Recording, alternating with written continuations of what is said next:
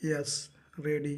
सभापति महोदय, ये शब्द मेरे नहीं हैं, बल्कि राष्ट्रपिता के हैं। जो लोग आज सरकार में बैठे हुए हैं, क्या वे अपने दिल में सोचेंगे कि यह देशद्रोह शब्द बालकों को अंग्रेजी पढ़ाने के लिए राष्ट्रपिता का कहा हुआ है? आज 54 वर्ष देश को स्वतंत्र हुए हो गए हैं, लेकिन राष्ट्रपिता की इस बात पर आज तक ध्यान नहीं दिया गया है। अंग्रेजी भाषा को पढ़ाना क्यों बंद नहीं किया गया और उसको दैनिक कार्यों में क्यों प्रयोग में लाया जाता है? मैं इस बात को कई बार इस सदन में कह चुका हूँ और मैंने इस विधान परिषद की नियमावली में 1 वर्ष पहले एक संशोधन भी रखा था, लेकिन मेरा दुर्भाग्य है कि वह संशोधन वर्ष भर से इस सदन में प्रस्तुत नहीं हो सका। मेरी अपनी राय है कि कम से कम दैनिक कार्यों के लिए यदि सरकार अंग्रेजी भाषा पर बंधन लगा दे तो बहुत अच्छा हो और जो यह अनुशासनहीनता है वह भी समाप्त हो जाए।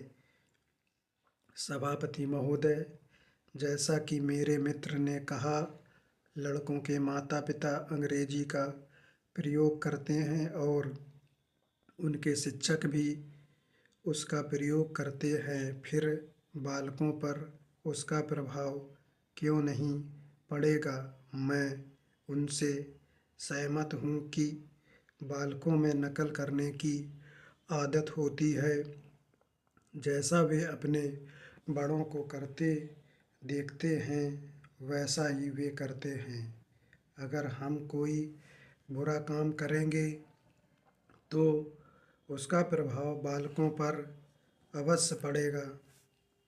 आप देखेंगे कि जिस मनोवृत्ति के माता पिता और शिक्षक होते हैं, उसी प्रकार के बालक भी होते हैं।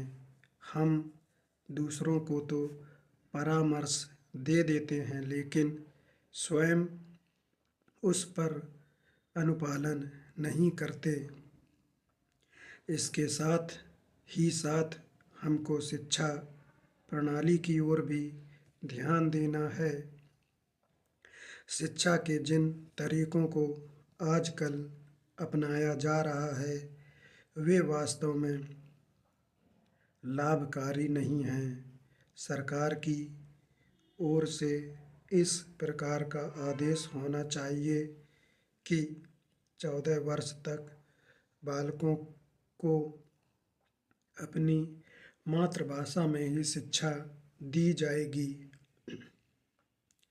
और दैनिक कार्यों में भी अंग्रेजी का प्रयोग नहीं होगा। इस प्रस्ताव में अनेक महत्वपूर्ण बातों की ओर ध्यान दिलाया गया है। मैं समझता हूँ कि जब माननीय मंत्री जी इसका उत्तर देंगे तो कह देंगे कि हम बहुत सी बातों पर कार्यान्वयन कर रहे हैं, लेकिन मैं समझता हूँ कि उन पर कोई कार्यान्वयन नहीं हो रहा है। स्टॉप।